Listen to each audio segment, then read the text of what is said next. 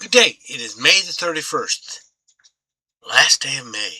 Tomorrow starts the 6th month of the year. Today we're going to continue Ruth 2, starting the last half of verse 19 and going to the end of the chapter, 23, verse 23. Remember, and then doing Proverbs 31. Remember, if you'd like to be tagged when I post these videos, if you have any questions, comments, concerns, suggestions, complaints, or anything else, you may reach me through 810-242-2997. That's 810-242-2997. You can call, text, leave a message, whichever you like. Begin Ruth 2, Ruth 2, starting at verse 19b, last half of 19. So she said to her mother-in-law, where she had worked, "The name of the man I worked with today is Boaz," she said.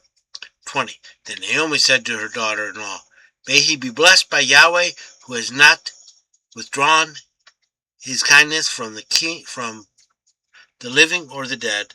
Naomi continued, "The man is a close relative. He is one of our kinsman redeemers." 21. Then Ruth the Moabitess said, "He also said to me, 'Stay with my young men until they have finished gathering all my harvest.'" 22. Naomi said to her daughter-in-law Ruth, "My daughter, it is good for you to work with his young woman, so that nothing will happen to you in another field." And 23. So Ruth stayed close to the servant girls of Boaz to glean until the barley and the wheat harvests were finished, and she lived with her mother-in-law. Okay, Ruth went gleaning. I'm gonna have to turn the light on. I thought I could get away without it, but Ruth went gleaning. She met Boaz. Boaz took a shine to her and said, "Look, keep coming back to my field. I'll see that you're taken care of, and you'll be safe." Okay, 19b. So she told her mother-in-law where she had worked. "The name of the man I worked with today is Boaz," she said.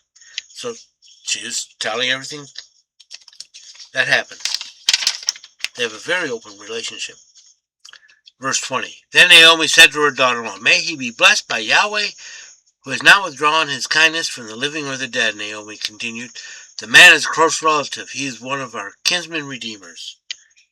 This is the first time redeemer is used in this story. A kinsman redeemer can also have the avenger of blood, be also an avenger of blood. They're the person responsible for the family to make things right.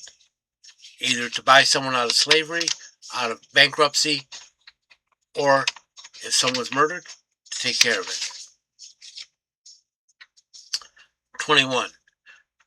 Then Ruth the Moabitess said, "He also told me, 'Stay with the young men until they have finish gathering all my harvest.' Stay with them, that way you'll be protected." 22. And Naomi said to her daughter-in-law Ruth, "My daughter, is good for you to work with his young women, so nothing will happen to you in another field." They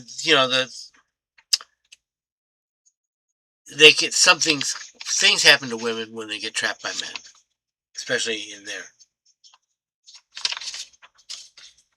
And 23.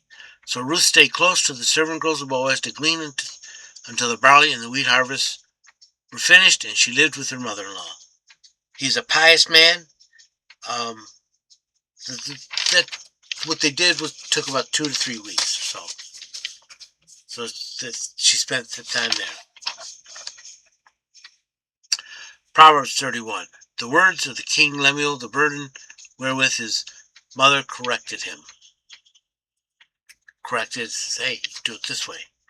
3, 2. What, my son, or what, O son of my womb, and what, O son of my vows? This is lovingly giving, ardent affection. Come on, that's what, my son. 3. Give not thy strength unto woman, nor thy ways that which destroy kings. Beware of lust and immorality.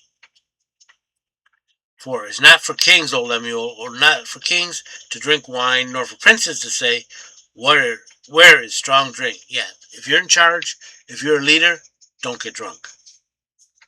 5. Lest they drink and they forget what is decreed, and pervert justice due to any that is afflicted. Yeah, they get drunk and they forget how they're supposed to act. 6. Give strong drink unto him that is ready to perish, and wine unto the bitter in soul. 7. Let him drink and forget his poverty, and remember his misery no more.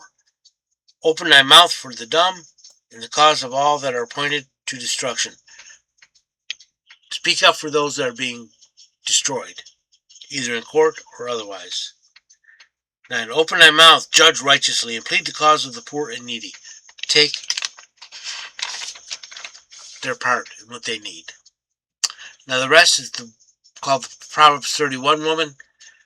It's a acrostic poem, which means each verse, in this case, starts with a successive letter of the Hebrew alphabet. Aleph, and so on. Verse 10. A woman of valor who can find, for her price is above rubies. She's very precious. 11. The heart of her husband does safely trust in her, and he has no lack of gain. He gains from her thrift. 12. She does him good and not evil all the days of her life. 13. She seeketh wool and flax and worketh willingly with her hands. She's not lazy. She chooses quality stuff. She's not lazy or slothful. She busies herself. 14. She is like the merchant ship. She bringeth her food from afar. She makes sure she has enough food in the place. 15. She rises also when it is still night, and gives food to her household and a portion to her maids. She gets up, makes sure her household is fed, her servant staff is fed, and assigns tasks. 16. She considereth the field and buyeth it. With the fruit of her hands she planteth a vineyard. She's industrious. 17. She girdeth her loins with strength, and maketh strong her arms. She is active. 18. She perceiveth her merchandise is good, her lamp goes out, not out by night. She's not lazy. 19. She layeth her hands on the distaff, and her hands hold the spindle. 20. She stretcheth out her hand to the poor. She reaches forth her hands to the needy. She's kind and generous.